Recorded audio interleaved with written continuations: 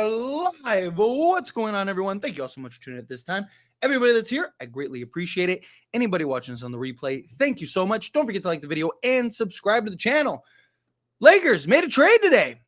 Today is a very good day. We got it right in time for the new year. Start off right on New Year's Eve, right? Everyone should be back, should be ready for New Year's. We should be able to get Dorian Finney-Smith and no, I'm blanking on his name. Shake Milton. There we go. We should be able to get both of those guys ready to go and in the rotation as soon as December 31st. My guess is that they'll probably both come off the bench, at least momentarily. Still on the fence with Rui Hachimura. I'm sure somebody's going to ask me about that, so I'll save that for when we get to the Q&A part of this and answer questions and all of that stuff. But beyond that, look, I think that this was a very solid trade, right? I thought that this was a move that, is it the thing that makes us a title contender? No. We need some other moves. We need to make some other trades. I've always talked about it. I've always maintained it, getting this plus this, this plus that, right? If the Lakers are able to get, a Dorian Finney-Smith, a Bruce Brown, Walker Kessler, okay, now I think collectively the Lakers are going to be a contender. And then if they can get those couple pieces. But right now, just Dorian Finney-Smith and Shake Milton, no, it doesn't make us a contender. However, what it does do is it takes a lot of the pressure off for the Lakers, because now the Lakers don't have that urgency, don't have that pressure of like, oh my goodness, I have to get a deal done. We have to do this. We have to do that. Now the Lakers are in a position where they can evaluate, see what does Shake Milton provide, right? Can he provide and play in that backup point guard role, right? Is he a guy that can slot in, plug in, and kind of give you the scoring and maybe a bit of the playmaking? I mean, the last game he had right before the trade, the last Nets game he played in, he gave us like 16, well, not us, but gave the Nets 16 and 12, right? Not saying he's going to do that regularly, but can he be a 6 and 4 guy off the bench, right? And just be aggressive. He's got good size, good length. 6'5" with like a 7-foot wingspan. Guy can do multiple things, play multiple positions out there. Essentially, you can slot him in 1 through 5 because of that wingspan. It's just defensively. Can he buy in defensively? He hasn't been great, particularly with the Brooklyn Nets on the defensive end, but offensively, he's a guy that can light it up and light it up in a hurry. One of those, vacuum scorers. A guy that can just really kind of put the ball in the hoop rather quickly. However, it's going to be more so on the defensive end. Can he play and provide both sides of the basketball? Can he be, a point of attack defensive guard? Not even saying he has to be elite, not even saying he has to be absolute lockdown and clamps, but can he at least be good enough in a backup reserve role? Because if you can, then that might be one less thing you have to get, right? So now you can focus on the guard position in the starting unit. You can focus on that backup center and trust that you got that guy. Maybe try to round out some depth. I've talked about, maybe go get a Torrey Craig, or you get a Cody Martin, or guys like that, right? Go get somebody that can slot in, that can, just help with the depth issues. I think worst case scenario, Shake Milton will just give us another depth scoring option off the bench. Lakers bench production has not been great by any stretch of the imagination. Lakers bench has been awful, right? This just gives you another guy that you get to plug in and help kind of take some of the pressure off some of these bench guys, right? And it's good because, again, it allows the Lakers to step back and evaluate here for a moment, right? It allows the Lakers to take a step back and just observe, okay, well, how does, Shake Milton look? How does Dorian Finney-Smith look? How does he look in a reserved role? How does he look as your starting 3? How does he look as your starting 4? How does he look on your starting 2, right? And you can kind of get different looks, get different perspectives, and kind of evaluate things accordingly.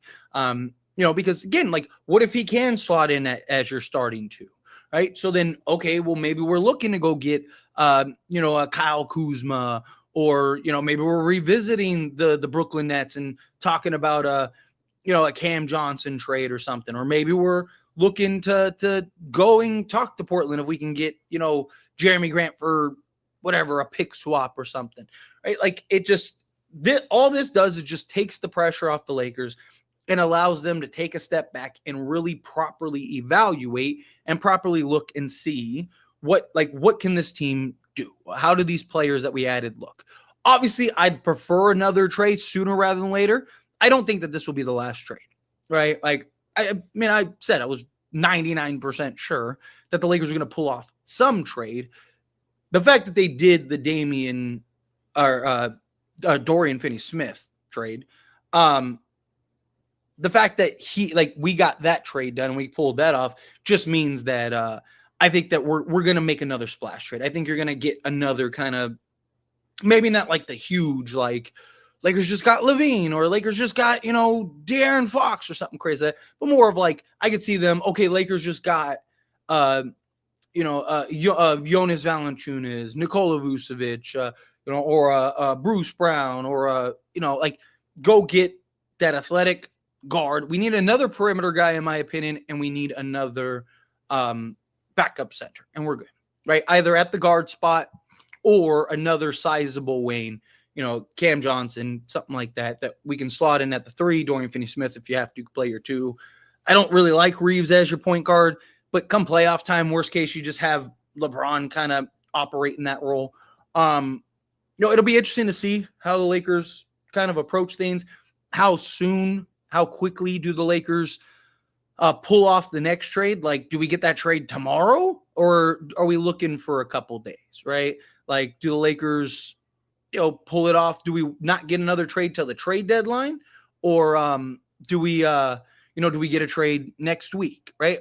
I'm really curious to see which direction the Lakers go as far as this trade front, because I don't believe that this is it for the Lakers. I don't think that this is the last move. Like, the Lakers, okay, we did the trade, right? My concern was just like a Valanciunas or something like that. It was going to be like, well, we couldn't get anyone else. Sorry. It was looking more and more likely that the Lakers were not going to be able to get a win. I mean, 12 hours ago, Dorian Finney-Smith was headed to the Grizzlies. And I even said, I talked about it in the video here on this channel, As It Stands Sports, talked about it in several videos. Nothing is done until it's done, right? Nothing is finalized until it's finalized, until it's over, until it's done, right? Like, again, like, you 1 minute, the NBA moves fast. 1 minute, it looks like he's about to go to the Memphis Grizzlies. The next minute, he's officially traded to Los Angeles Lakers in a blink of an eye. Right? It's a big difference. So I think, one, not only did the Lakers pull off what was looking to be very unlikely and getting a wing, the Lakers also prevented him from going to these other teams. That's another big kind of key point, right? Because you had Memphis, you had the Warriors, the Mavericks wanted him back, the Thunder were interested, Spurs were kind of linked to him. There are several teams in the Western Conference that were all linked and in talks or touched base on a Dorian Finney-Smith. And the fact that the Lakers didn't have to overpay, right? Credit Rob, man. The patience paid off. They didn't have to overpay. They were able to be patient and kind of let things play out, allow things to develop. And it worked out in the favor, because that was my other concern, was just, do they end up overpaying for a guy in a Dorian Finney-Smith or one of these other guys, right? Do we look up and all of a sudden it's like, oh, well, Lakers just gave 2 firsts for that. But the fact that he was able to do that and not give up any picks, like first round picks, people are concerned like, oh, but you just traded your only tradable asset, but you got the hardest piece to get, right? Like, that's the thing that I need people to understand. Like, would I have loved them to turn D'Lo into Levine or Fox or something like that? Sure. But realistically, it's probably not going to happen. Instead of waiting around to see if that may or may not happen, I prefer that the Lakers just went this direction, went and got the hardest part. The hardest part is the wing part, right? The guard part and the center part should be easier, right? It just comes down to price and how everything develops. But the fact that the Lakers were able to go and get that 3-and-D wing and also bring in just a rotation, bench guy. I mean, he was really good for Philly, a season ago, shooting 39% from three this season.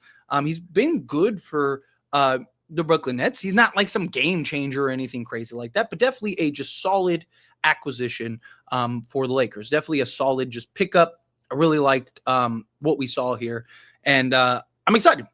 I am. I'm very excited going forward. Again, this doesn't make us a contender by itself. It makes us better. It definitely raises the ceiling. The Lakers are definitely going to be better with Dorian Finney-Smith than we are currently. However, this isn't something that I'm like, oh, that's it. Like, Lakers are done. Rob, kick your feet up. All right, we good, man.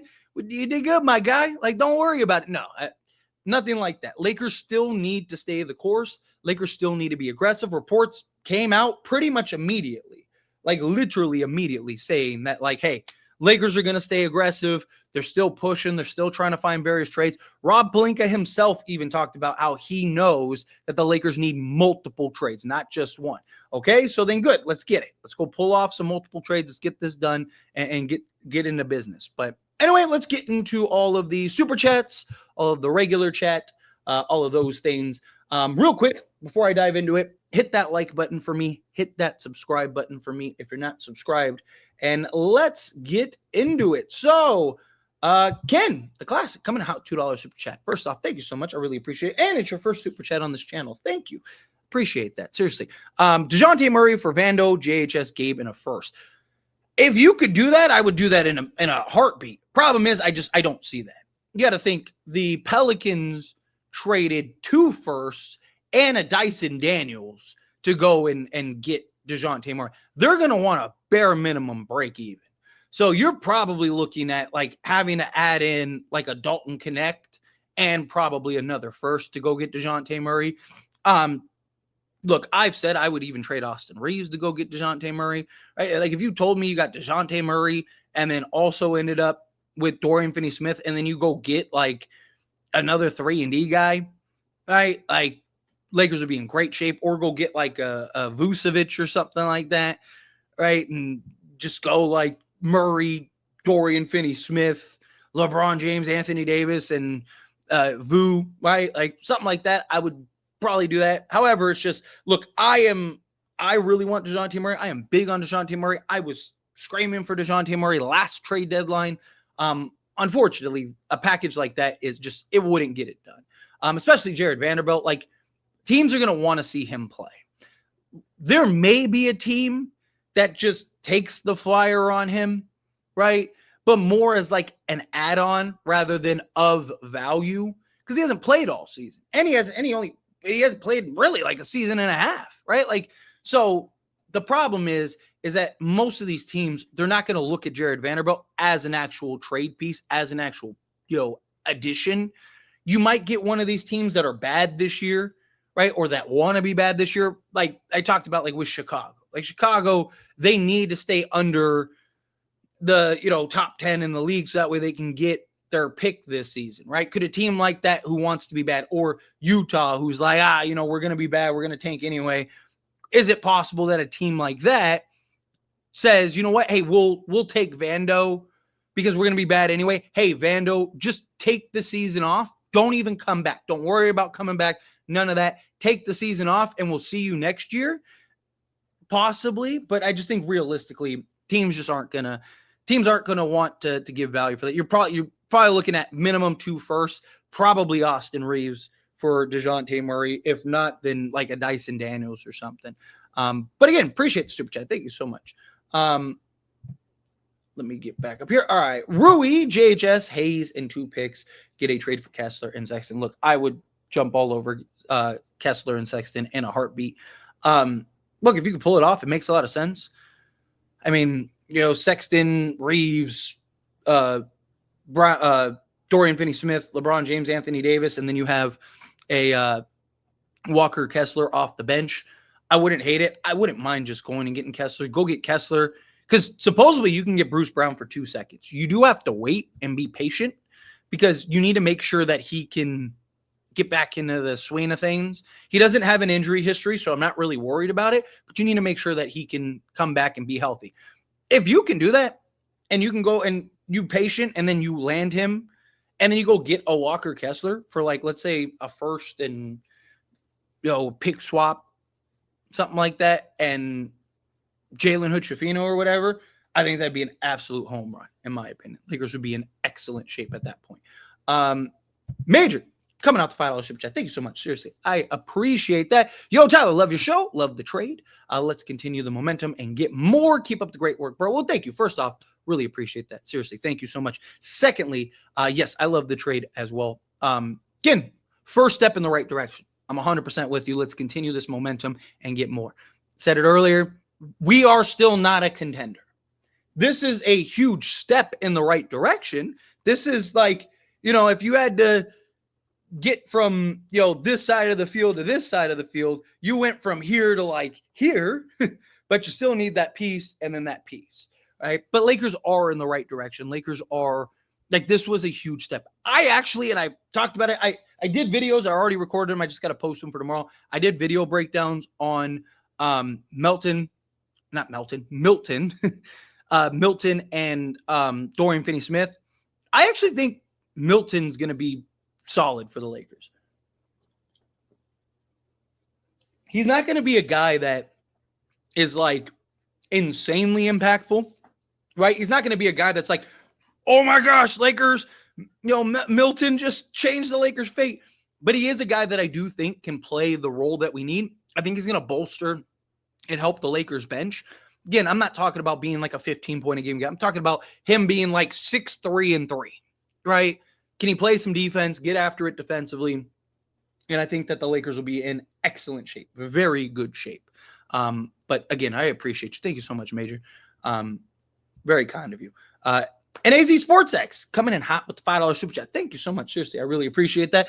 What's up, AIS? Bummer on Zach LaVine, solid trade, but still need a good big and dynamic guard. Are you saying bummer on Zach LaVine because we traded for Dorian Finney-Smith?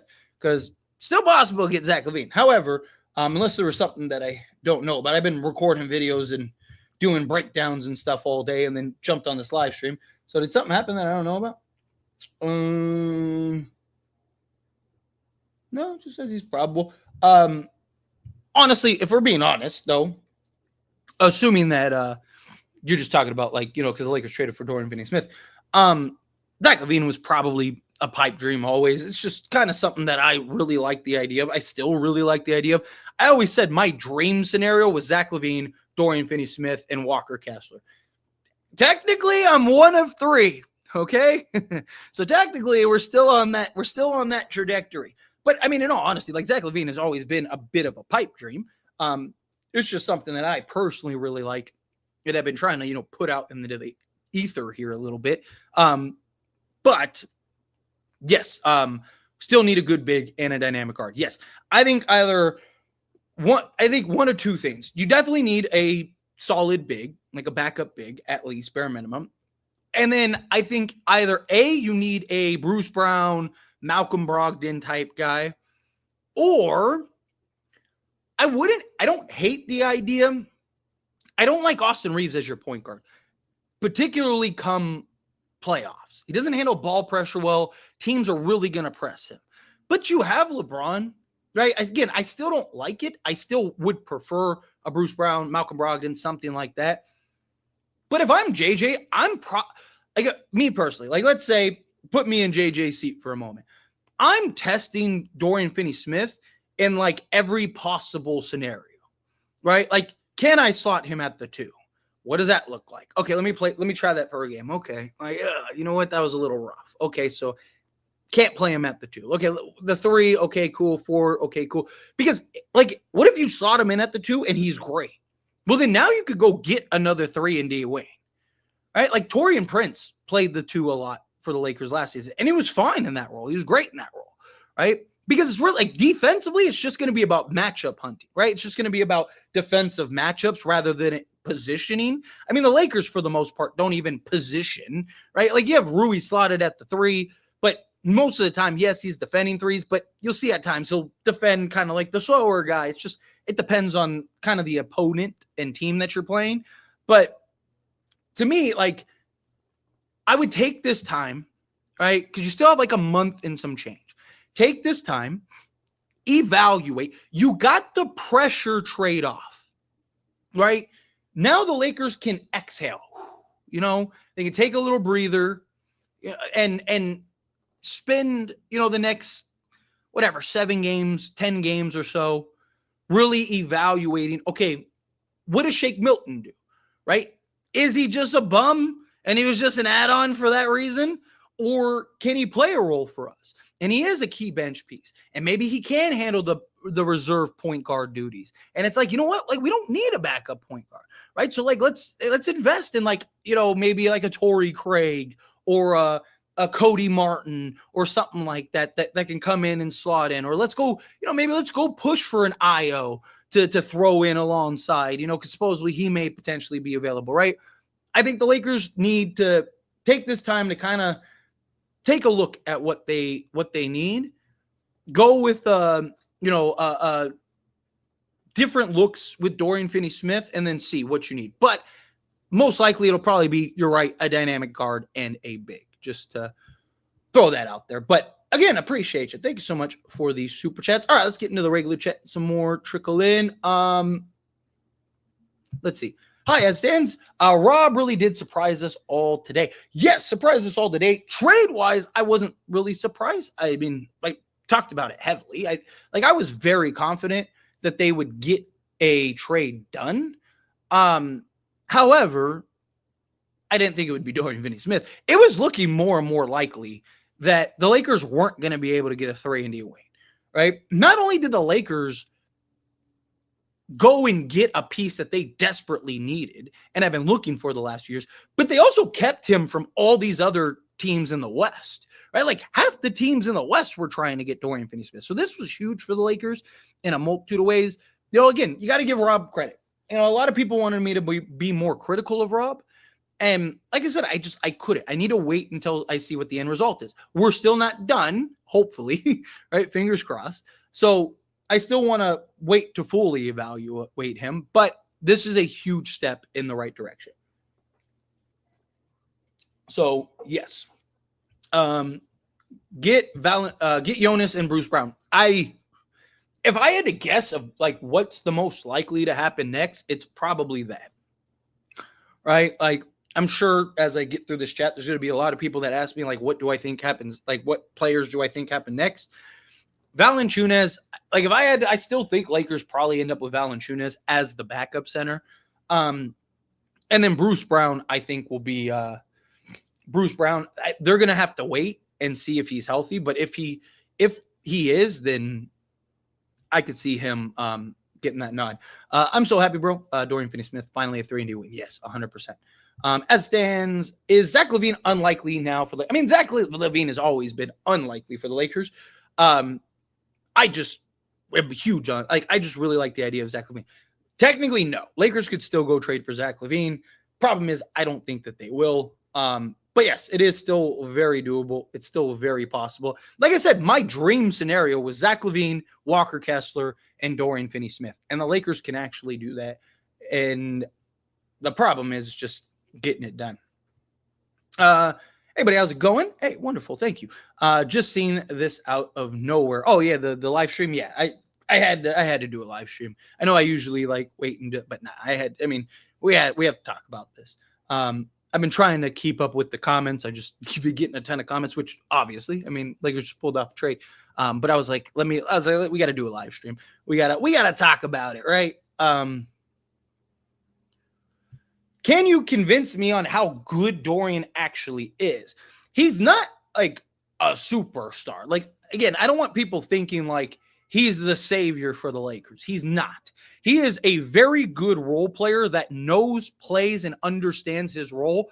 Excellent, which is key. You need those guys. Alex Caruso, Danny Green, right? KCP, like these kind of guys that understand, I'm not the star. I'm not this. I don't need the ball. Give me 8 attempts a game and I'll get you, to 12 points or whatever. Like, that's what you need, right? To me, he's more of a guy that fits a need and a role that this Lakers team desperately needed to fill, right? His versatility on the defensive side of things, being able to defend 1 through 5. He's the only player in the league that has defended 1 through 5 for at least 15 minutes or more. That by itself shows you the defensive versatility. Dorian Finney-Smith, Dorian Finney-Smith also is a very good rim and help defender. Surprisingly, very good. So the perimeter defense is there, the team defense. He's a guy that more fits the need, fits the role on the defensive side, can shoot the 3 ball with some confidence, with some consistency. He's a veteran who has been there and done that, right? He was with the Mavs on that previous conference finals run, right? Like, these are the kind of things, like, he's the kind of guy every team needs. That's why all these teams were trying to get him, right? He's the kind of guy that every team needs, that can have an impact. 90% of the things that he does won't show up on the box score, right? He's one of those guys. Like Max Christie recently has been fantastic. I mean, excellent. Like, everything you could ask for and more. But if you just looked at his basic stat line, you're like, all right, the guy's like pedestrian. But if you watch the games, you're like, dude, what do you mean? This guy's, deflecting, disrupting passing lanes, turning the ball over, giving hockey assists, being energetic, adding athleticism, this, that, and the other. Right? That's what Dorian Finney-Smith gives you. A big body center. That's easier said than done. The problem is big body center is limited. I still think Jonas Valanciunas is probably most likely. What's going on with Vando? Probably not going to be back till like mid-January. Still probably a couple weeks away from him. But are you still high on Zach LaVine now that the Lakers got Dorian Finney-Smith? 100%. I mean, I said my dream scenario was Zach LaVine, Dorian Finney-Smith, and Walker Kessler. I am one step closer to seeing that dream a reality. I just want to say. But realistically, like, if I had to like guess like what realistically would happen, I talked about Dorian Finney-Smith, go get Bruce Brown, and then probably like a Jonas Valanciunas. Probably I think that's the safest bet. Like, if you're somebody that's like, what do you think the Lakers are going to do next? Probably Valanciunas, and then wait to see what's going on with Bruce Brown. Now trade Gabe and go get a center. I could see that coming soon. The problem is they have to wait until he's healthy, because if he got hurt and he doesn't play soon, then no one's going to want to take him. Should we trade Rui? He can't play D. Yes. Look, I like Rui. Now that you have Dorian Finney-Smith, Rui Hachimura makes even less sense. Him in a backup role would be great. Don't get me wrong. He could play more 4 in that backup role right after LeBron. Problem is, he's not going to get the role and opportunity and be the productive player that we need to the level where it makes sense to keep him. I would love to keep Rui Hachimura, but at $17 million and now our most sizable, tradable, and probably most valued player that we have to trade outside of like Reeves and Connect and stuff like that, I just think you have to trade him at this point. I would be, depending on what the Lakers do, if the Lakers just go get Valanciunas and that's it, then no, they'll probably keep Rui. But if they're really considering a Bruce Brown and some of these other guys, you're going to have to unload Rui. It doesn't make sense. He's not going to get the minutes and opportunity to where you're going to be able to justify keeping Rui while you still have these other needs. If the Lakers already had a Bruce Brown and we're just waiting for Bruce Brown to get back, then, it's like, what else do you like? Go trade Gabe Vincent, go get a backup center and you're fine. But we're not in that position. So Lakers need to do whatever they have to do. Again, stay patient. Find the right trade. Don't do anything crazy, and we'll be fine. I bet we still lose to the Cavs. Shaking my head. I mean, Cavs are the best team in basketball, so that's fair. This is definitely a precursor to another trade. Agreed. I believe so, too. Talk to Milwaukee about Dame. Personally, I'd stay away from Dame. I like Dame a lot. I do think he would be a lot better with the Lakers than he would be with Milwaukee. But, stay away from that.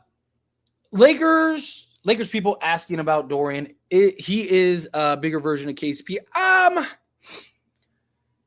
Yes, and to an extent, KCP just has the better defensive instincts. Dorian Finney-Smith he's a very good defensive player that is very good at reading angles and positioning his body. KCP is just like that dog. He's quicker, right? Moves better laterally. Dorian Finney-Smith is just a bigger, versatile defender. So, like, depending on how you want to look at it, yes, you could argue Dorian Finney-Smith is a bigger version of KCP. However, KCP, all defensive guy for a reason. Dorian Finney-Smith is not like Jared Vanderbilt or Jaden McDaniels type of defensive guy, or even like an Alex Caruso level defensive guy. But he's more of a big physical, add some toughness, won't get pushed or bullied around, but can also move better than Rui. Rui looks like he's stuck in the sand sometimes, right? Like when we played the Warriors, there was a sequence where Steph literally brought the ball up, Rui got stuck on Steph. You knew it was going to be bad. Steph made one move and got around him so quickly. Rui didn't even move his feet. Like it was like he was stoned. And Steph just went, whoop. And he was like, and I was like, what do you do? Can you at least pretend? I would have rather like like give me something. Like, oh man, I tried. Like he didn't even move, right? Dorian Finney-Smith, that wouldn't happen, right? Dorian Finney-Smith, he'd be able to move, be able to shuffle his feet. I like Dorian Finney-Smith a lot because of his ability to funnel the offensive player. And he'll be a lot better because he has Anthony Davis backing him up. So he's really good, as like I said, at creating these angles to where the offensive player is going to move and he's going to be able to stick by him and basically essentially funnel that guy into Anthony Davis, who's just going to clean it up, right? That's where I like Dorian Finney-Smith. Let's see. As in, Jimmy Butler was like 27. Do you think Lakers should really push hard for? If he was 27, yes, in a heartbeat. In a heartbeat. Let's see. Oh, there's always that one guy. There's always the guy that is scared by the Lakers trade. Always. It's the only reason you're commenting some nonsense. Do you think we can still get some good trades? And who else do we need? I want a Utah Walker. I mean, Walker Kessler would still be ideal. I still think that that's one of the best options there is, in all honesty. I definitely think that there's some good trades. I still think the Lakers are going to pull off more. I don't think that this will be the end. I think that this will really be the only just the beginning. But, time will tell. Time will tell. Hang on, bear with me 1 second. I need some water. My throat is parched. So I'm going to ask my girl to bring me some water. A cup of water, please. Sorry, I'm like thirsty. And I have like my energy drink here, but this isn't like thirst quenching. This is like making me more thirsty. And like these lights and stuff get hot. And so I am parched. Okay. Cam Johnson. I would love Cam Johnson. Look, Lakers could still technically go back to the Brooklyn Nets. That's a very real possibility. Brooklyn's going to be patient though with Cam. A lot of teams want Cam and a lot of teams have a lot of assets that want him. The Oklahoma City Thunder, for example, could give them 5 firsts and still have the most assets in the league. So Cam Johnson, like I've said, and I've maintained for quite some time now, don't hold your breath. If you're counting on Cam Johnson to be a Laker, you're going to be very disappointed. Just letting you know that. I would love it. Never say never. Like I said, I say it all the time. You never know. Stranger things happen, but don't get your hopes up. 80 is 31. Which is fine. He still has a good, 4 or 5 years. Bruce Brown and this team is a contender. I actually agree with that. I think you need another like serviceable center. I think you need another like just serviceable big man. But yes, here, hey, over here. No, this way. Over here. No. Here, thank you. Here, you can give me that too. Thank you. Sorry, I'm like dying. Thank you, baby. I love you. You have 400 people that just heard me say that. I love you. That's right. I'm that guy. I know. But she's awesome. She brought me water because I was dying. We probably trade for something young. I know that was our goal, and we kept JHS contract, so I think we got for Kessler. Yes, agreed. I think Lakers are going to make a push for several different things, right? Like I think you'll see. I think you're going to see a lot of rumors still. Believe me, I'm going to cover them all, right? Like so, I talk about it. But in all seriousness, like I really do think that the Lakers they understand what they need, which is important, right? The Sacramento Kings, for example, are a team that absolutely does not know what they need. DeMar DeRozan, right? I said as soon as that trade happened, I was like, Sacramento's cooked. Sacramento's done, right? Same thing with the Julius Randle trade for Minnesota. I was like, that's it. They're cooked, right? They didn't need those things, and they made it. I know Minnesota did it to, have financial flexibility for Anthony Edwards. Who are you going to get? You're Minnesota. You're in Minnesota. No one's rushing to go to Minnesota. Like, right? No one's lining up to go to Minnesota. You have a better chance of losing Anthony Edwards than you do getting another star to come. And on top of that, they didn't need to make that trade right now, right? They could have waited. You have a lot of teams that have no idea what they're doing. Or at least have no idea what they need. At least Rob Pelinka knows what he needs. That's half the battle right there, right? It's just figuring out the rest. The team is now older, which is a good thing. What young team has won a championship recently, right? That is just young. Every team in the history of the league has had older players.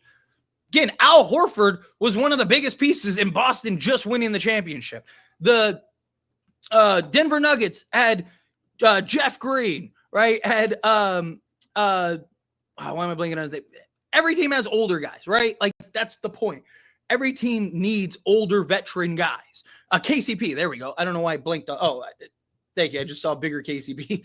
Thank you. Like every team needs older guys, right? Like you need those guys. Those guys are important for teams. It's how you win games. You can't like Max Christie is not the answer come playoff day. Game 7, you need a stop. Who are you trusting more, Dorian Finney-Smith or Max Christie? I love Max Christie. I have talked about Max Christie like he's the next, Paul George, right? Like, but right now, he's the last guy I want. We need a stop against whatever SGA in Game 7 with 3 seconds left. Give me the older guy. Give me the guy that's been there. Give me the guy that has the experience. Give me the veteran that has been to a conference finals, that has hit big shots along the way, that has defended and played multiple positions.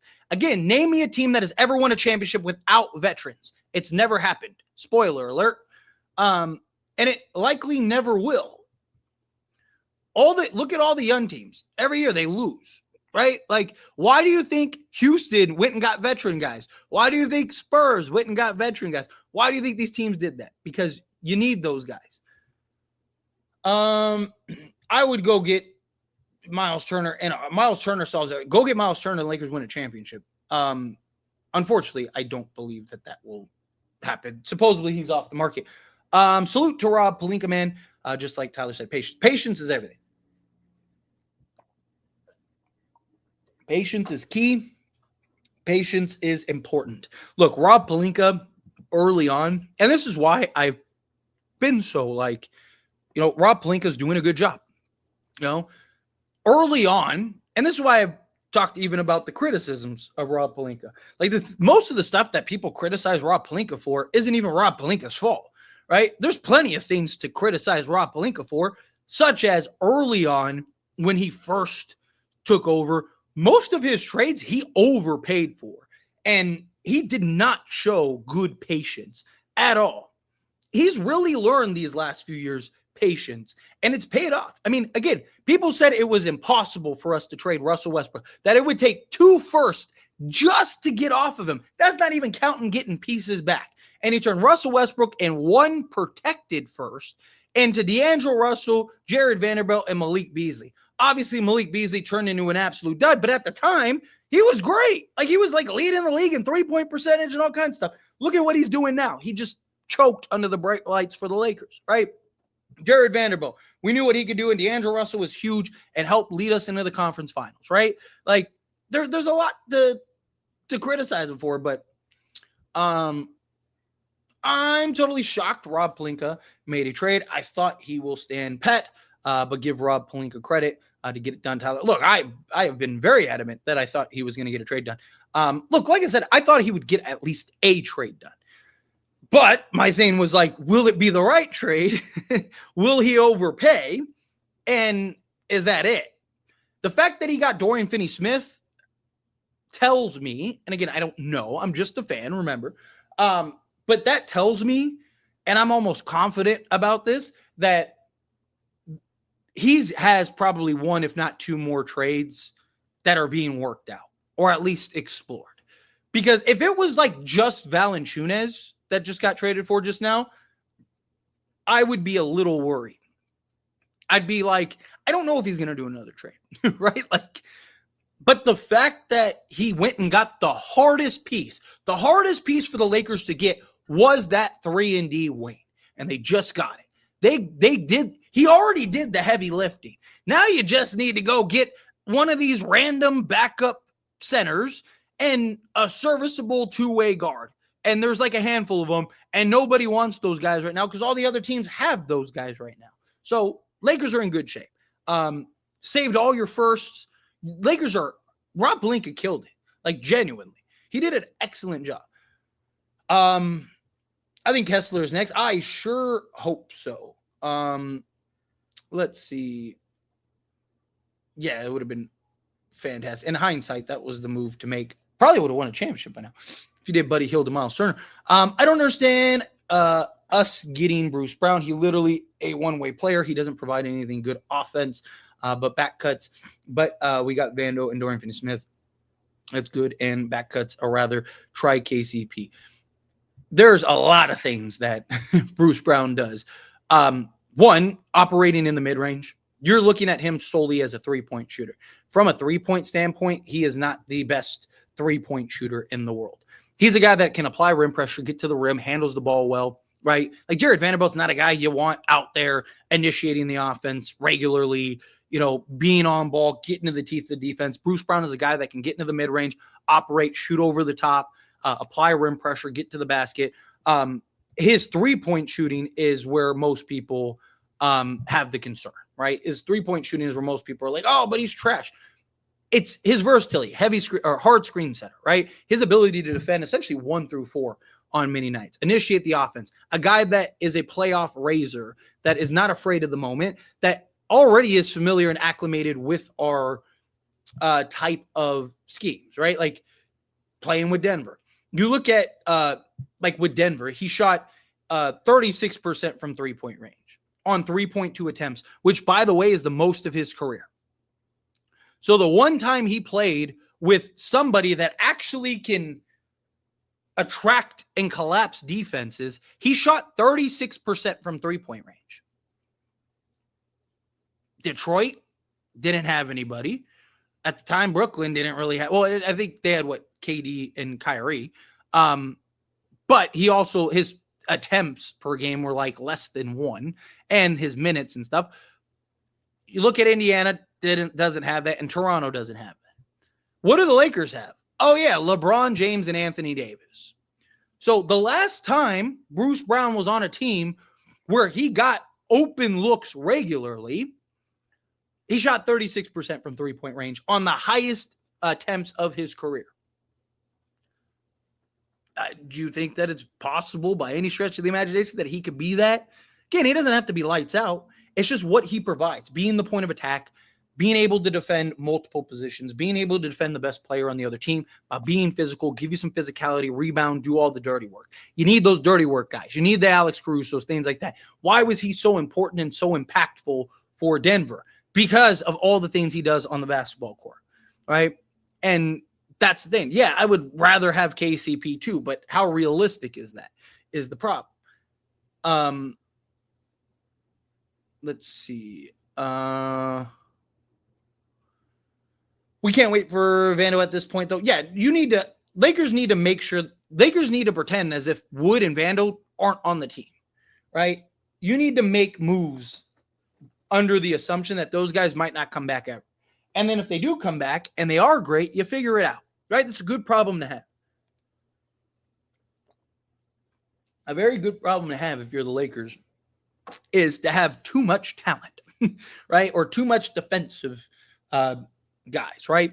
It's a good problem to have. So the Lakers need to make sure that they are operating correctly and operating in such a manner. I still want Vando trade. We can get something. The problem is like, you're not going to get anything right now. Like, what team is lining up to take on Jared Vanderbilt when he just had surgery in both of his feet, right? Like, that's not like, it ain't like, it's not like, it wasn't like a finger issue where like he had to have surgery in like his pinky finger or something like that, right? Like, he had to have surgery in the thing that he needs the most as a basketball player, especially him being that defensive stopper. Teams are going to want to see him healthy. The only thing that I see people maybe taking him for is like salary filler to take him on a flyer, right? Because he is cheap enough. And most of these teams are bad teams that are probably looking at it as like, hey, we can just let him take the year off, right? Like a team like Chicago or Brooklyn or these other teams, they might look at it and just be like, you know what? Just let him take the year off, right? Like, who cares? We don't need him to come back. We're trying to tank and get a draft pick anyway. If he let him get right, let him heal, and then he can be 100% ready to go next season. Let's see. I mean, they're not gonna rush Vando back, but I mean, he probably will play at some point. It's just, what will he look like when he gets back? Yeah, we definitely need more moves, and I do expect them to make more moves. Yeah, Rui, I think, is kind of inevitable at this point. Dorian Finney-Smith might be our most versatile defender. Health-wise, yes. Jared Vanderbilt is arguably, if not the best perimeter defender in the league, right? Like, his size, length, and versatility. I mean, he is like insanely elite level. His problem is health. If he could just stay healthy, he'd probably have already made an all-defensive team. The guy just can't stay healthy, right? Like, last season, if he would have stayed healthy after the Lakers came back off the conference finals, and he would have been a huge contributor, and the Lakers end up in the, like the 4 seed or something like that, Jared Vanderbilt's probably on the all-defensive team. Jaden McDaniels was, and Jared Vanderbilt's a better defensive player than he is. So, just something to keep in mind. Problem is, like I said, he can't stay healthy. He's had injury issues since he came into the league. Miles Turner trade would be chef kiss. Yes, Bruce Brown is available. And supposedly for a couple seconds. Still need a center and a point guard. Now, agreed. Bruce Brown and a vet minimum C. I mean, sure. You could, I mean, you don't need necessarily, I mean, one of these guys, like, I'm still hopeful that the Lakers go, like, revisit Day'Ron Sharpe. All right, like, I'm hopeful that the Lakers maybe, like, pivot and go talk to Day'Ron and see what he has to see, if the Nets can go get that. I still think, like, the safest bet, in my opinion, is probably Bruce Brown and Jonas Valanciunas. The only reason the Lakers haven't traded for Bruce Brown right now is because they need to see him play like 10 games. Has there been an update? Let me see if there's been an update. Because the last update was that he was still like, no, he already played. Oh, he played today. He was back today. Yeah, because the last update I saw was like a week ago, and he was like still a week away. So hang on. Ooh, let's see what he did in his first game back. Raptors. Let me pull this up.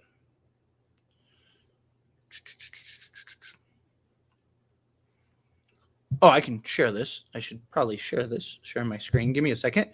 Share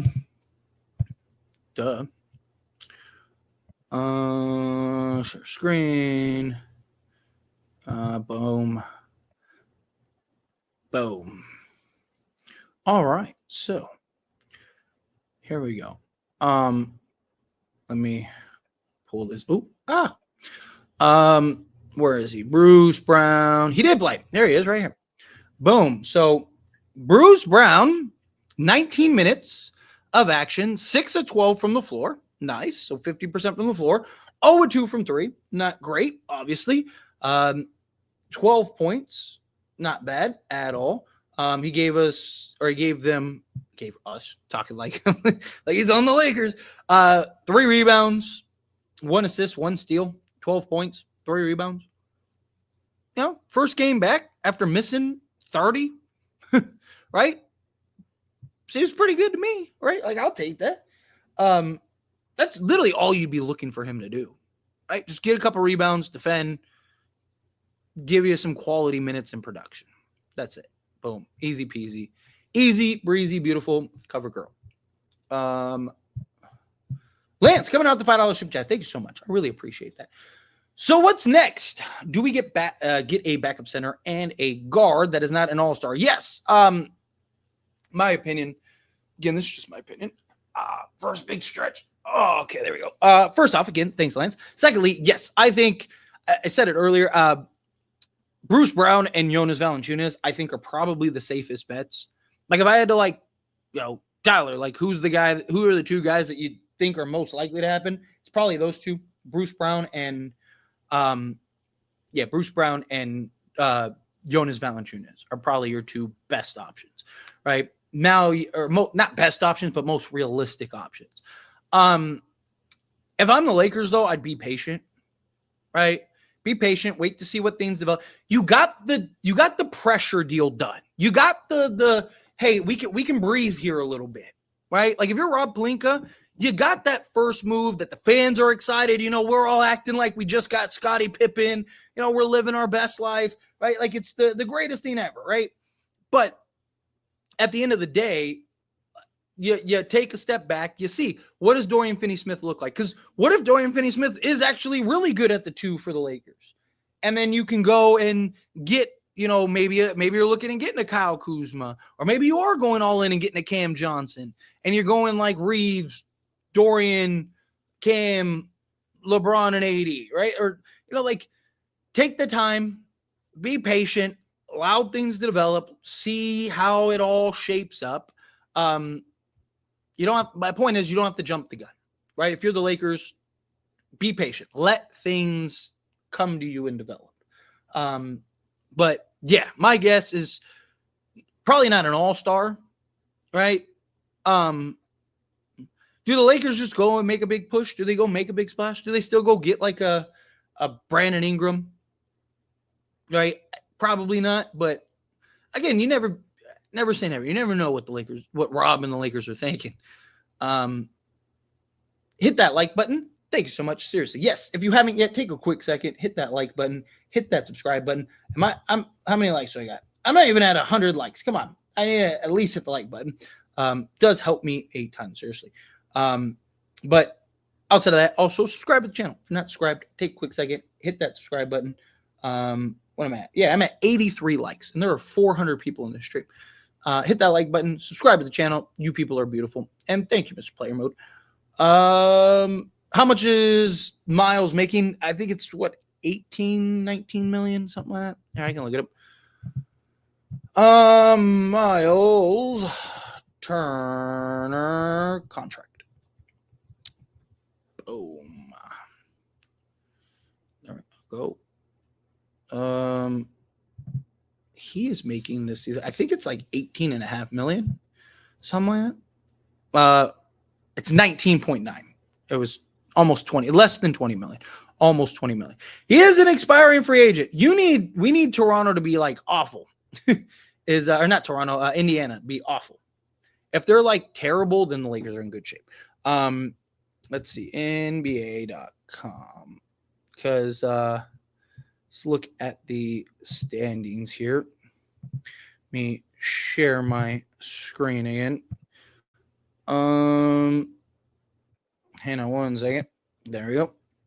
All right. So problem is Indiana is the 8th seed right now. Oh, don't want the ad. There we go. Yeah, Indiana is 16 and 17. They're not even at 500. 12 games back, but they're what? 2 games back of being out of the play-in entirely. You need Indiana come the trade deadline to basically be out of the play-in.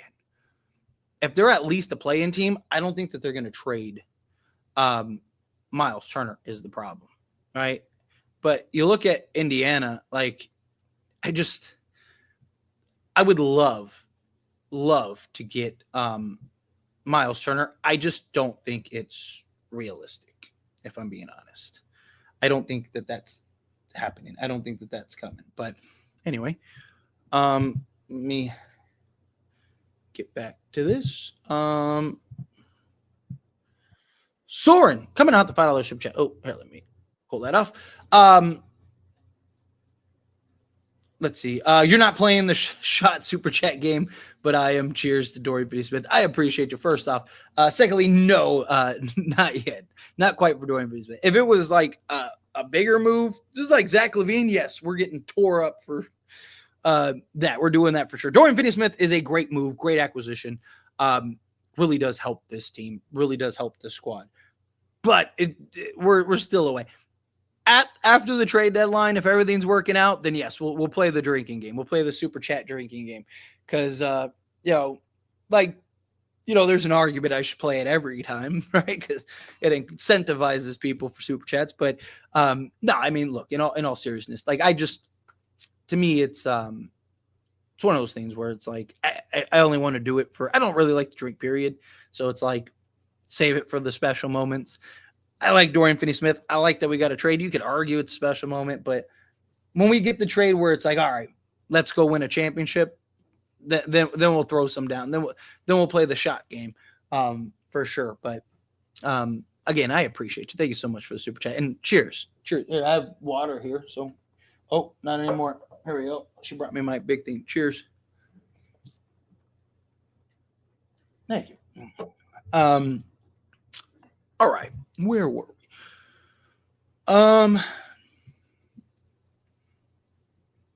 If we can get Bruce Brown for 2 seconds, Gabe Hayes, Jalen Trino, I would not mind that at all. Does the money work for that?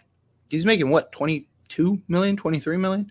Talking 11. Yeah, you wouldn't be able to do that. You'd have to throw. It'd be like Rui, JHS, and Hayes. And 2 seconds. Tyler, how good do you think Robert Covington and Grayson Allen would make the Lakers? I mean, not that much better. They'd be solid like bench guys. Like for bench production, like I wouldn't hate it, right? If the Lakers brought in Robert Covington as like just another bench wing, just like a 3-and-D wing off the bench. It's what I've talked about, like with like a Torrey Craig, like guys like that. Robert Covington's just another one of those guys, like Lakers have a couple roster spots, something, go get him. Grayson Allen, personally, he's too hot and cold. And he's not worth the headaches. His antics and stuff at times are just like frustrating, right? Like it's just, I don't know. I would personally stay away. Let's see. If Vando comes back, we are top 3 defense. It's very possible. I mean, Lakers have been number 1 the last like 10 games. Lakers trade proposal sees LA finally landing $29 million star. Who's that star? Which star is that? What? Jeremy Grant? He's making $29 million. Who's the $29 million star? Andrew coming out $2 super chat. Got the first piece of two-piece puzzle. Yes, words are hard, Tyler. Yes, agreed. It's one of those things where, got the 2-piece puzzle is need another center or backup center, and you need a guard. I mean, obviously we both want Zach LaVine without a doubt. But yeah, I mean, this is a huge step in the right direction, right? This doesn't make us a contender. We're not the best team in the league, but this is everything that the Lakers have needed and needed badly. Like, this is the most important piece. This is the biggest piece. It's just now, if you want to get into be a top contending team, now you need those 2 pieces to the puzzle. So I'm right there with you. But yeah, this was huge. This was a huge pickup for the Lakers. But yes, excellent. Appreciate you. I like Cam Johnson for a first rounder.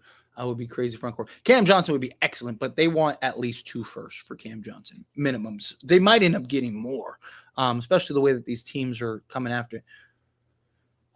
Surprised the Lakers didn't get Sharp along with Dorian Finney-Smith instead. So there's 2 ways that I look at that, because I am a little surprised too, because the Lakers actually did want Dorian Finney-Smith, or not Dorian Finney-Smith, Day'Ron Sharp. 2 ways that I look at it. Either A, the Nets asking price for Day'Ron Sharp is too high still, or B, the Lakers are working out a deal for like a Valanciunas or something like that. You could argue the other side of that would be like Day'Ron Sharp is like 6'9", so maybe. I called it as stands. 80 trade months ago. 80 didn't get traded. What are you talking about? I know every month you keep saying that 80 is going to get traded, and he still is on the Lakers, right? 80 has not been traded. I don't know why you keep saying 80 is going to get traded. I don't know what you called. You know, I hate to break it to you. Hold your breath. Let's see. Lakers can get Jordan Clarkson and that big man from Utah with one of the first round picks and the second round pick. Personally, Jordan Clarkson, I want the Lakers to stay as far away from as possible. He is the most inefficient shot chucker there is. Again, go look up his stats. I wouldn't hate it. Again, I'm not like, I don't hate the idea of Jordan Clarkson. He is very inefficient. And the Lakers don't need any more inefficient guys, right?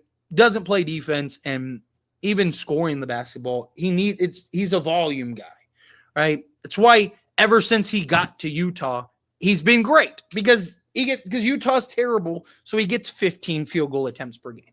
Jordan Clarkson, I'm not a fan of at all. Personally. Walker Kessler, absolutely. Colin Sexton, yes. I also don't hate the idea of going and getting what's his name? Collins. I don't know why I'm blanking on his name. But yeah, I wouldn't even hate something along those lines, personally. But Johnson and Valanciunas, that would be nice. Cam Johnson would be nice. You said you would give me props if it happens just about. Look, if Anthony Davis gets traded this season, I stand by. I will give you all the props. I will gladly come on here and be like, you were the only. Everyone else said you were crazy, but you were the only guy that said Anthony Davis is getting traded, and you were right. If that happens, like I said, I will give you your props 100%. I will make a video and just every 10 seconds during that video, I'll just be like, man, Unique, he's the one that called this. Trust me, you will get plenty of praise if the Lakers trade Anthony Davis this season. Again, don't hold your breath, my guy. If I'm JJ and Lakers get Vu, a 2010 center, and stretch the floor, you always got a defender on him. Get a Torrey Craig. Oh my God, the offense versatility would be legit. I don't hate the idea of Vu. I kind of came around to it more. I still, my problem is that, like, you still would have to have, so essentially you're having Reeves, Dorian Finney-Smith, LeBron, AD, and Vu. My concern still is LeBron playing out on the perimeter. You're either going to wear him down, get him hurt, or he's going to be just cooked by the time the playoffs start.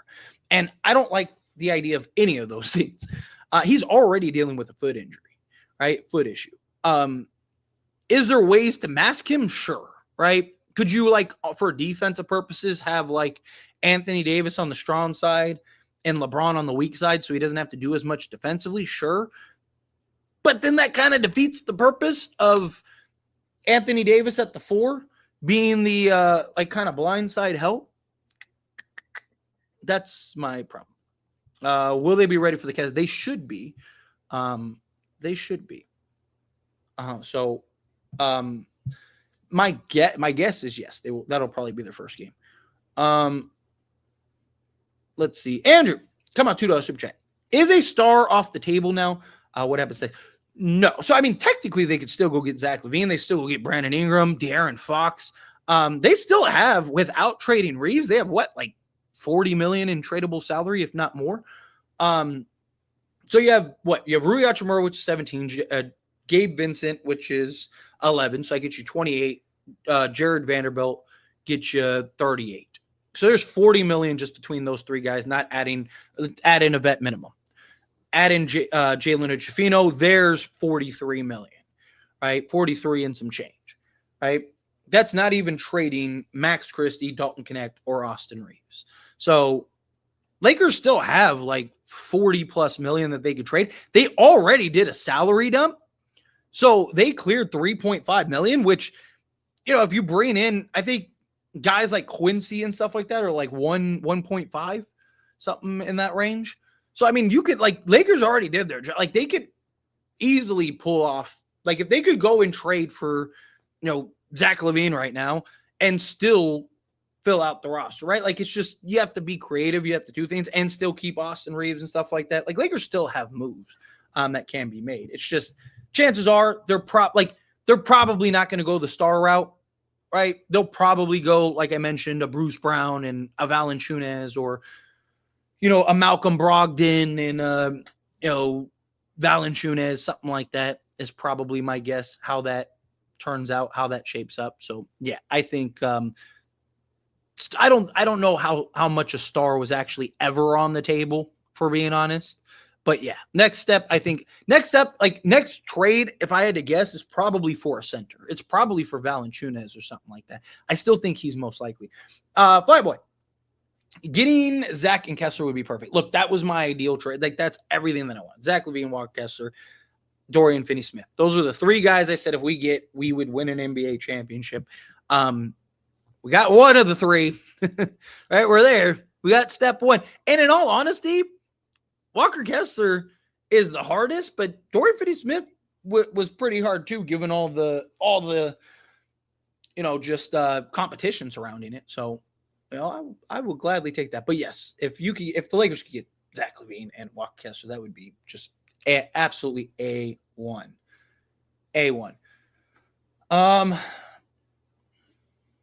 Let's see.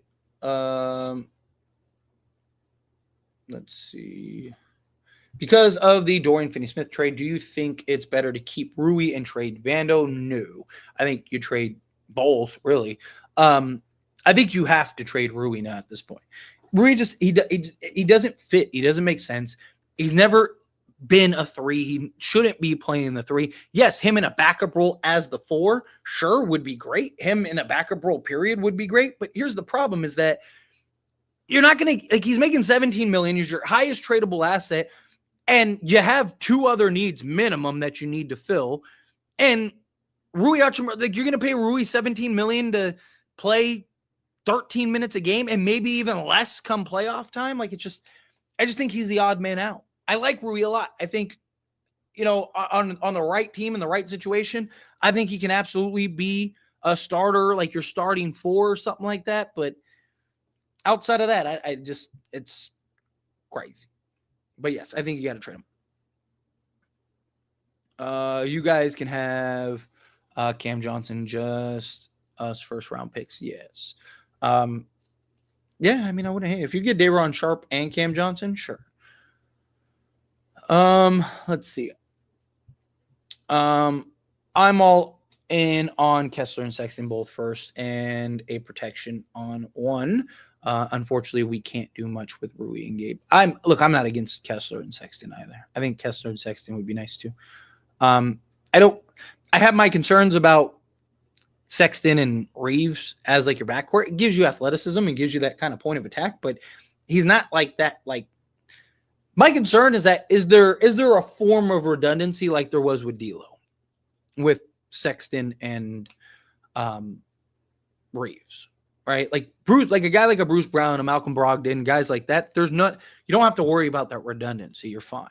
But a guy like Colin Sexton, yes, athletically, obviously it's no comparison between him and D'Lo, but offensively, like what he likes to do, I just feel it might be a little redundant with with Austin Reeves out there on the basketball court. But let's see. Rob saved $3.5 million and got a younger athletic guard who can score in Milton and a solid 3-and-D wing for seconds and D'Lo expiring.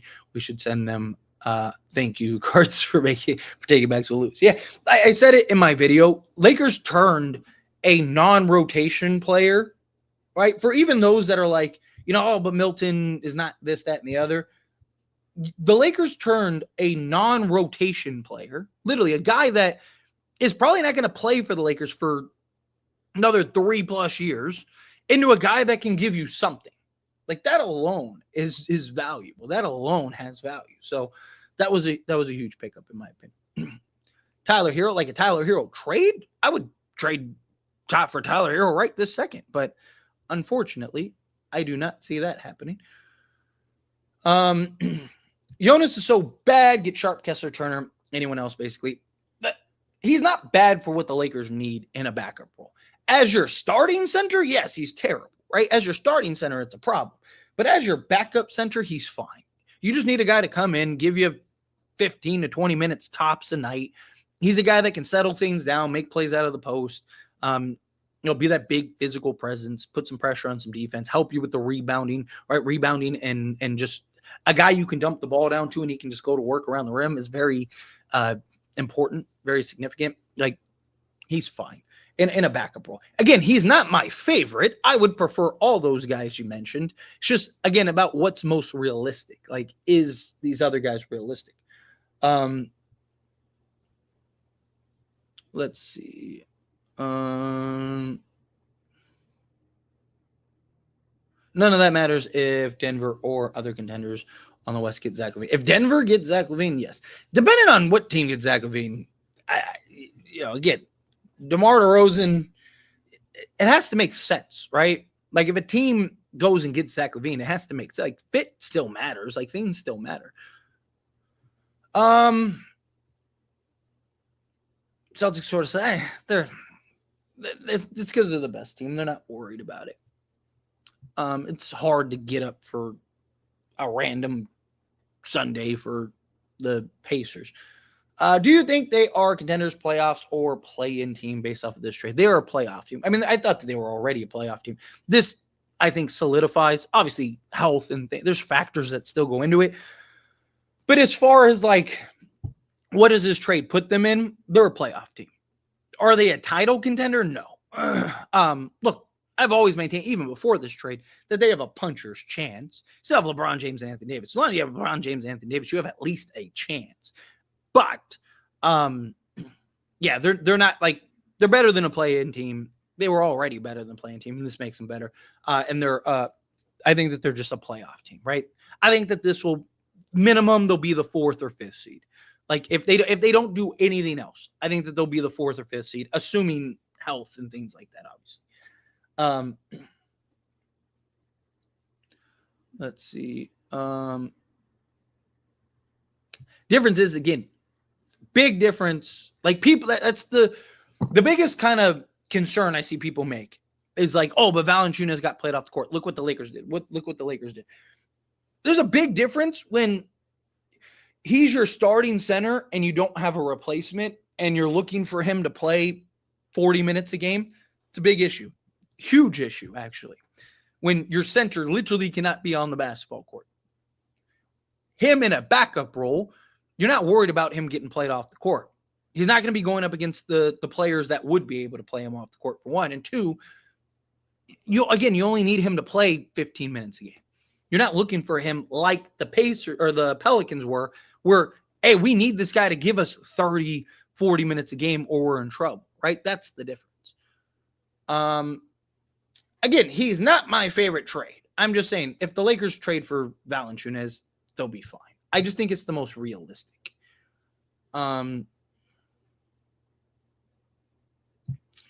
Let's see. Let's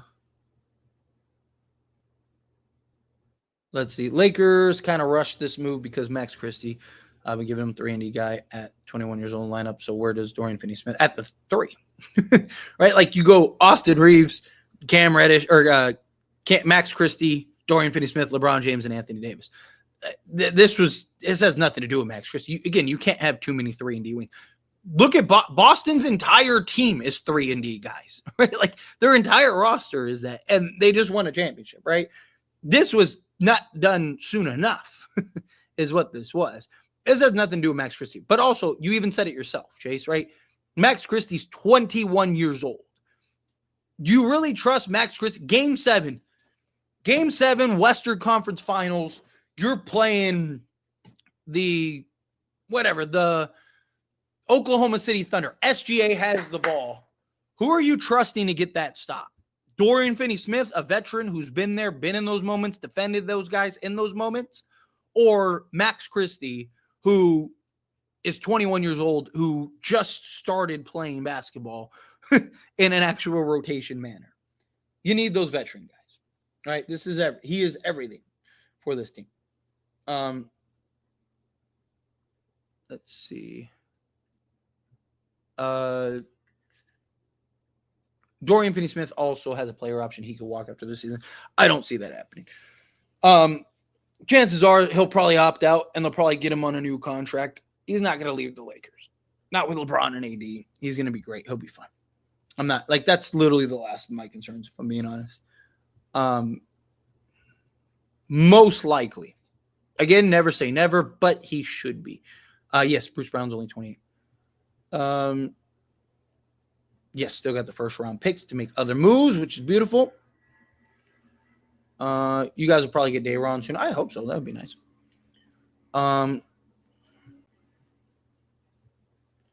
Both players have to pass physicals tomorrow. Yes, exactly.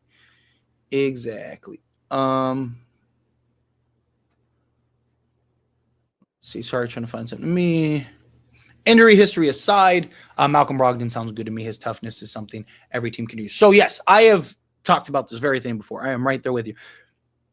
If you remove kind of the background noise, right, injury history and stuff like that, Malcolm Brogdon is literally everything that this team needs. Everything. Big, physical, sizable guard that shoots 40% for his career from three-point range is actually one of the, 5 guys ever to be part of the 50-40-90 club. And a veteran that has been there, done that, been in big spots, been in big moments. He was wasn't he on the Celtics finals team? If I'm not mistaken, right? So he's even been in the finals, right? He is literally everything this team needs.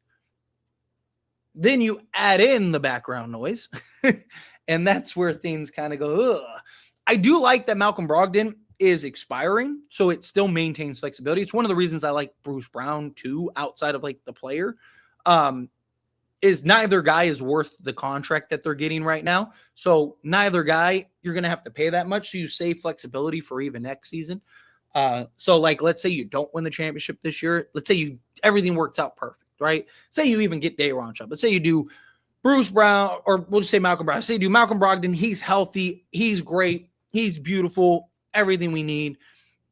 Dorian Finney-Smith is everything we need. And then you get Dayron Sharp, right?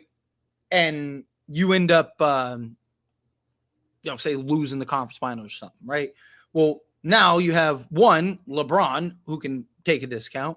2, you'd have Malcolm Brogdon's money coming off the books. You'd have all the other money falling off the books. Lakers would be in excellent shape.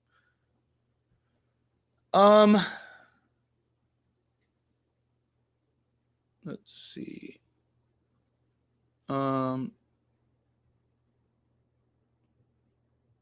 Man, go get Vu and Dennis Smith Jr. or get Kessler. Have you seen Dennis Smith Jr. on the perimeter? And he is a rim pressure guard. If you get BB, get Dennis Smith, the same type of play. I don't mind. The problem is he's undersized, but yeah, I wouldn't hate him in a backup role by any stretch. Let's see. Yeah, that's the problem. He's the odd man out at this point.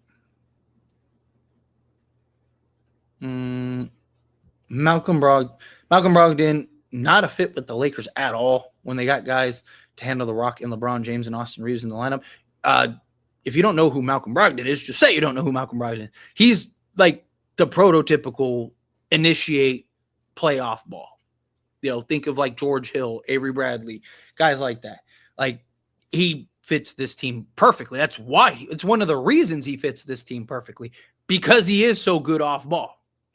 Again, he's 40% for his career, 3-point shooter. He played off ball for Boston, right? Like, weren't you just talking about Boston in the chat not that long ago?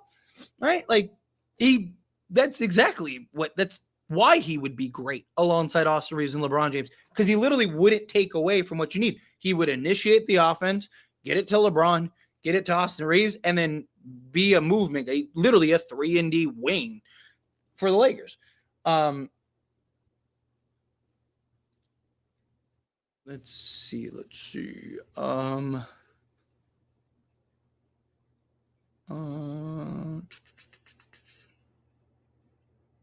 Sorry, trying to find something to me.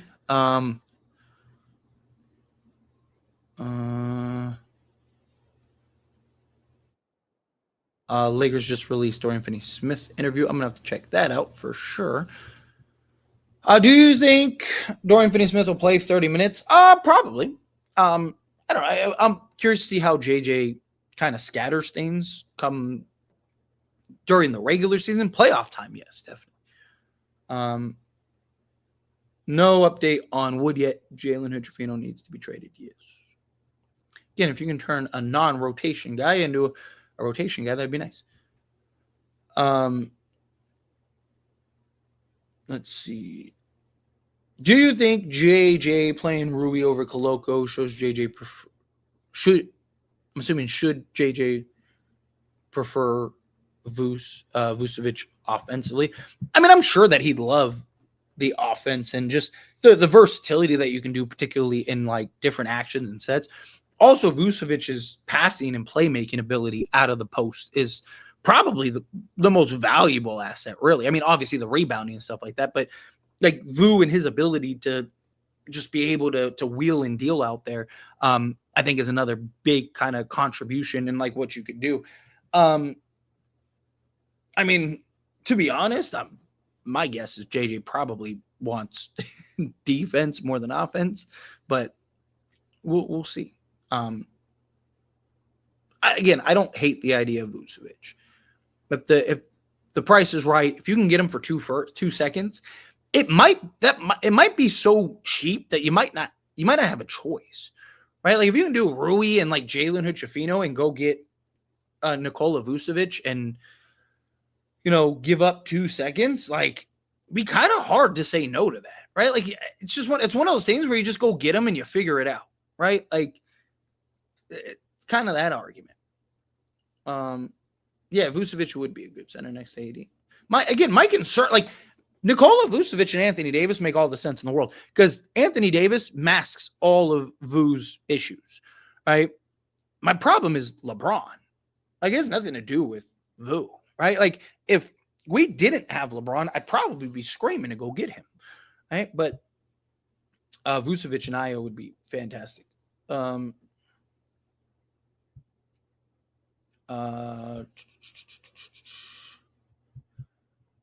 Rui is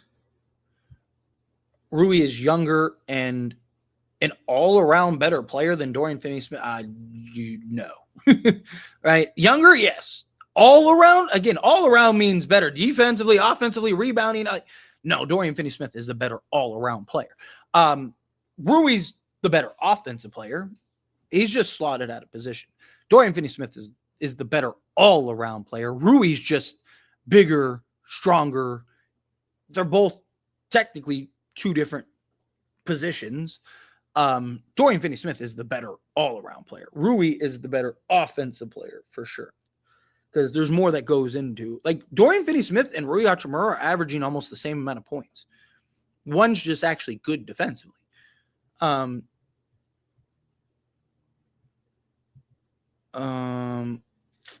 Just like the Nets weren't trading Dorian Finney-Smith to the Lakers, right? Like every year we hear the same. This team, that team, no team's trading with the Lakers. Every year, Lakers end up pulling off a trade. It's so funny hearing people, that guy's never going to get traded. Yeah. And then everyone's like so shocked. Like, we're all the people that were. It's so funny how many or how few people that in all these other streams that we've done and talked about, how they all were like, Lakers aren't going to pull off any trades. No one wants to trade with them. No one wants their assets. They're not even going to get a bag of chips. Blah, blah, blah. We're all those people. We're all those people that, like, it's so funny how many people just like disappear, right? Like, all the people who are in the chats these last, like, several months, or in my comment section last several months, all crying and, oh, Lakers are never going to trade anybody. And then now look, now they're all quiet. Oh, just like Dorian Finney-Smith was never going to be a Laker. Hate to break it to you. You're going to be very disappointed, Chase. Do you think they can handle Denver, or it can still be a tough fight? Their issue is not player-wise. Their issue is just, it's like mental. Dorian Finney-Smith, I definitely think helps, but Lakers need to get over that, like, mental block, which is why you probably need multiple guys. Cam Johnson is better than Dorian Finney-Smith. He's worth multiple first-round picks. Yes. Cam Johnson, yes, definitely is better than Dorian Finney-Smith. 4 sodas a day keeps the doctor away. Sound like me. Hey, we're championship contenders after trading for Dorian Finney-Smith. I don't think we're there yet. We're definitely better. I think that the Lakers are a very good basketball team. I don't think, like, championship contender. No, I still don't think the Lakers are one of the top 3 to 5 teams in the league. I think that they are a very good team. I think that they are, assuming health, are a lock for the playoffs. But outside of that, yeah, nah.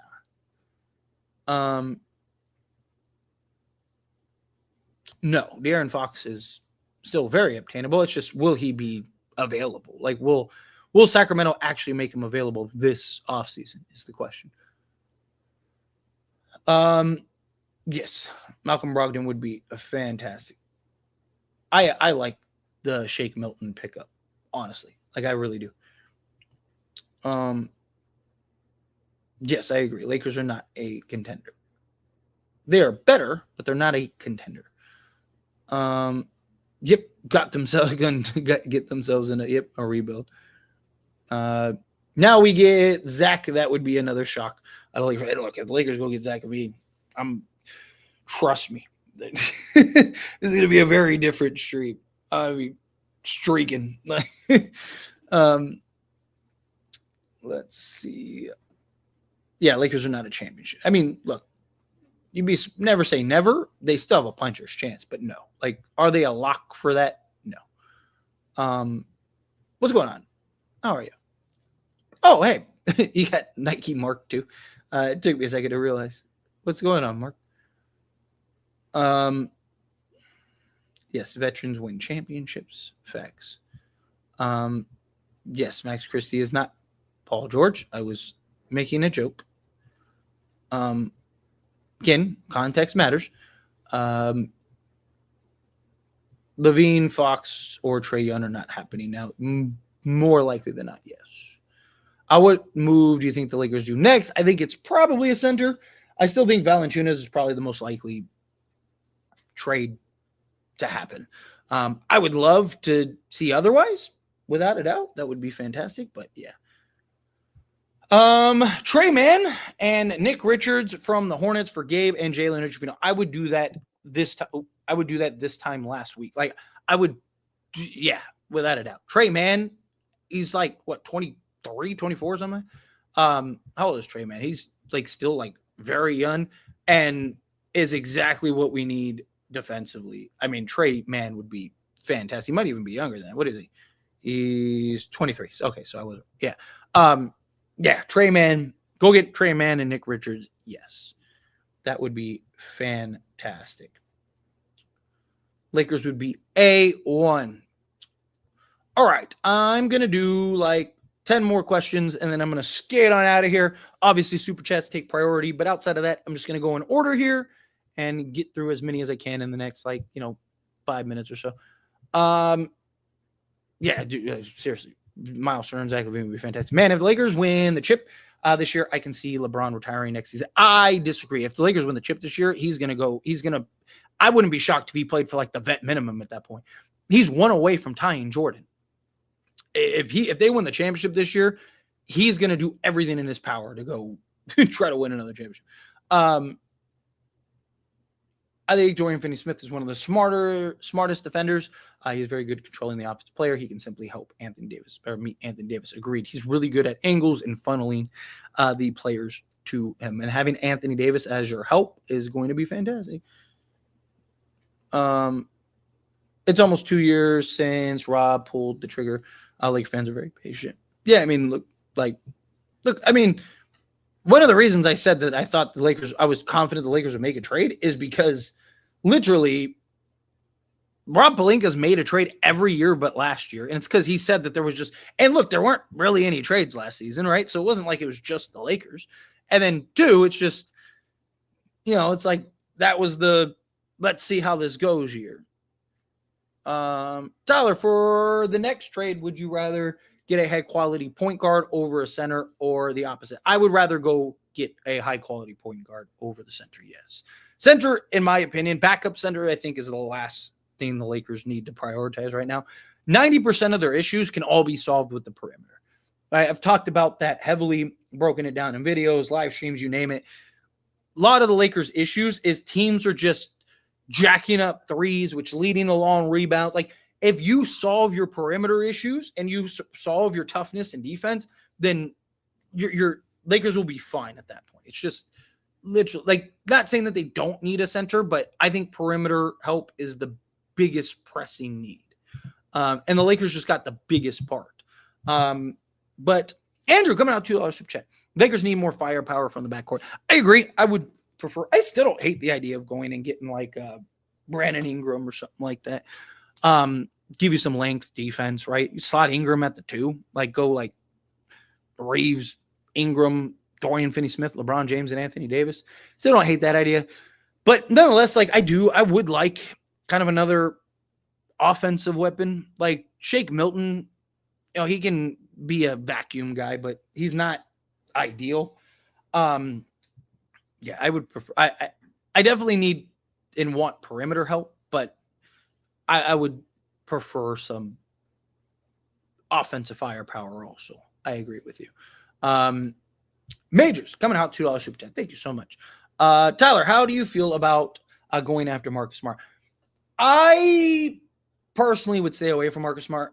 I've always liked Marcus Smart. I wanted the Lakers to take him over Julius Randle. When the Celtics drafted him, I was so mad. And then we ended up taking Julius Randle, which I was fine with. Out of Kentucky, I was like, all right, fine. Marcus Smart was the guy that I really wanted. I loved watching Marcus Smart in college. I was like, man, he's the guy that the a-hole you need. Marcus Smart makes sense as far as like the point of attack and defensive purposes, right? Like he's a guy that can really, like, I wouldn't hate on this team. Gives you that toughness. Gives you just that physicality that the Lakers need at the guard position. My problem with Marcus Smart is he's just like, one, if I'm not mistaken, he's injured, but 2, he's that guy that's just like, he can just completely shoot you out of a game, right? Like I've watched him with like the Celtics and even with the Grizzlies, but more so the Celtics, and Celtics would be like in full control, looking like they were about to win a game. And then he would just start getting shot chucky and shot happy and just completely knock him out of that game. Plus he's making $20 million, right? Like, I don't think he's worth $20 million. I think he's a good player. I like him a lot. If he was making like 12, I'd probably be like, yeah, go get him. But I'd rather go get Bruce Brown and his expiring money and kind of figure it out from there. It's one of those things. Like if we got news tomorrow that the Lakers traded for Marcus Smart, I would be excited. Like, I'd be like, that's what's up, right? Like, let's go. And I'd probably be hyping him up like he's, like he is, Isaiah Thomas. But in reality, I just personally, I would stay away from him if I'm being honest. That's just me. But wouldn't be bad. Wouldn't be bad. All right, let me do a few more here and then skate on out of here.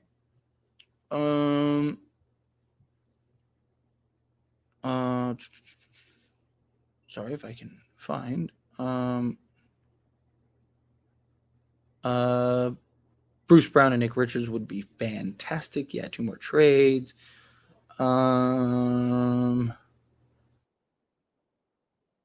Let's see. Weren't you just saying that the Lakers weren't going to make a trade ever? And now you're saying it's overrated? All right. Oh, all of a sudden. Funny how people switch up. How scared people are. Lance coming out $2 super chat. Thank you so much. Shake Milton better than Gabe. Are you asking me if he's better than Gabe? In some areas, yes. Offensively, size-wise, yes. Gabe Vincent has been better defensively over the years. But Shake Milton isn't no scrub. Like, I'm real. So, like, I wouldn't be shocked if Shake Milton is very good for the Lakers. JJ Redick's done a good job of getting Austin Reeves and D'Angelo Russell to buy in defensively. Shake Milton's 6'5" with a 7-foot wingspan. He's more athletic. He's versatile. Like, he's a guy that can get you buckets, has good athleticism, foot speed, all of that. He has the tools to be very good defensively. If I had to choose right now between Gabe Vincent and Shake Milton, I'd probably take Shake Milton. Just because he's bigger, faster, stronger, more athletic, longer, right? Gabe Vincent, I'd probably trust more in a pinch defensively, but I just trust Shake Milton more offensively. He can make plays, hit shots, defend. I think he might end up being very underrated for the Lakers. His last game with Brooklyn before this trade, he dropped 16 points and 12 assists.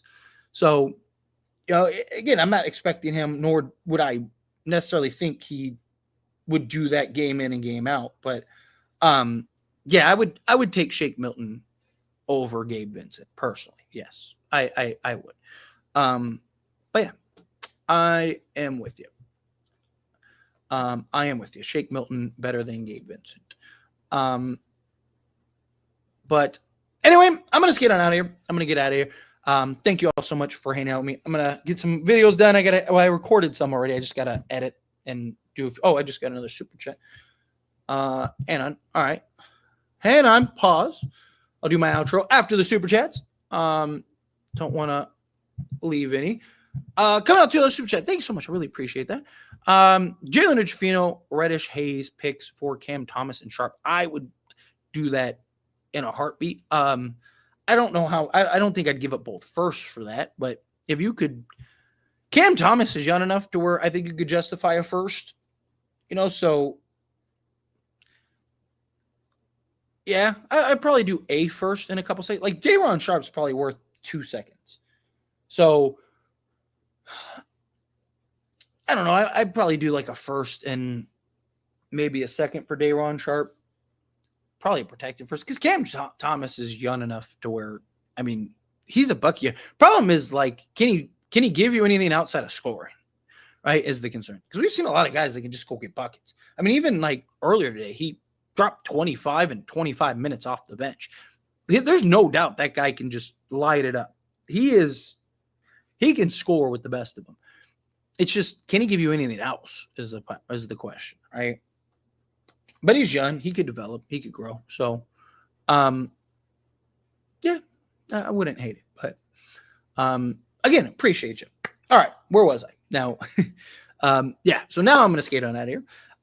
Again, everyone that hung out with me, I really do appreciate it. Take a quick second if you haven't yet. Hit that like button for me.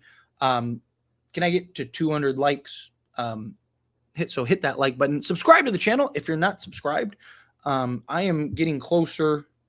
I am 166 subscribers away from 24,000. So please take a quick second, hit that subscribe button on your way out if you're not subscribed. Yeah,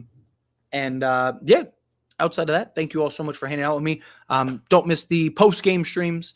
As always, I will see you after the game on Tuesday. So, yeah, and we'll talk about it. Talk about New Year's, and yeah, see you all.